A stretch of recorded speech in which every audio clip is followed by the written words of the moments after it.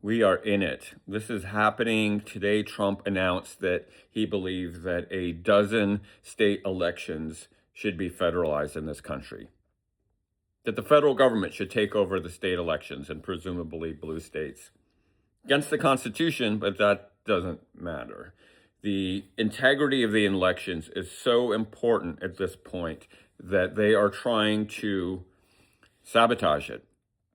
And what typically happens in situations like this is that there is a manufactured crisis that causes the suspension or the delaying or the postponement of elections. Not that's just the Reichstag fire in Nazi Germany. We've seen it in multiple countries, including Venezuela.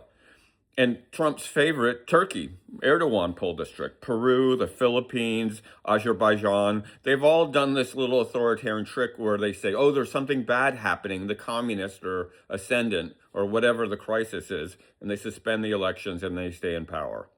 They can either postpone or cancel the elections or create enough doubt in the legitimacy of the elections themselves. Trump's talking about mail-in ballots and voting machines. I mean, he's already started to monkey wrench the November election.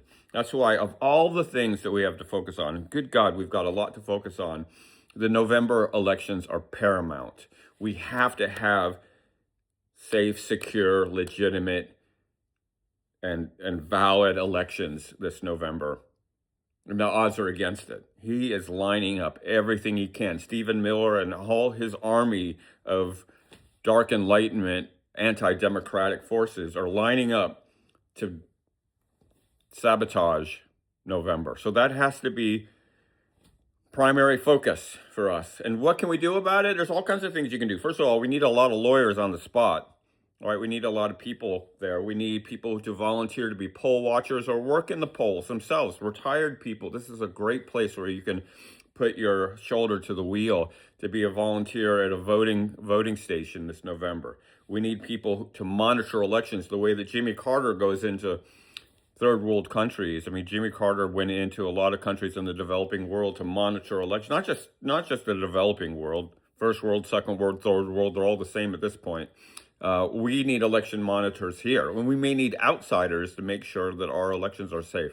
This is so important because if we don't get through November, these forces of anti-democratic authoritarianism, Stephen Miller and the like, will win the day, and we'll never have another election again.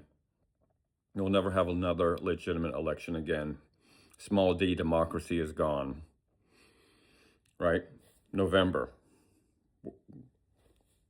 Sooner than you think. Welcome to the resistance.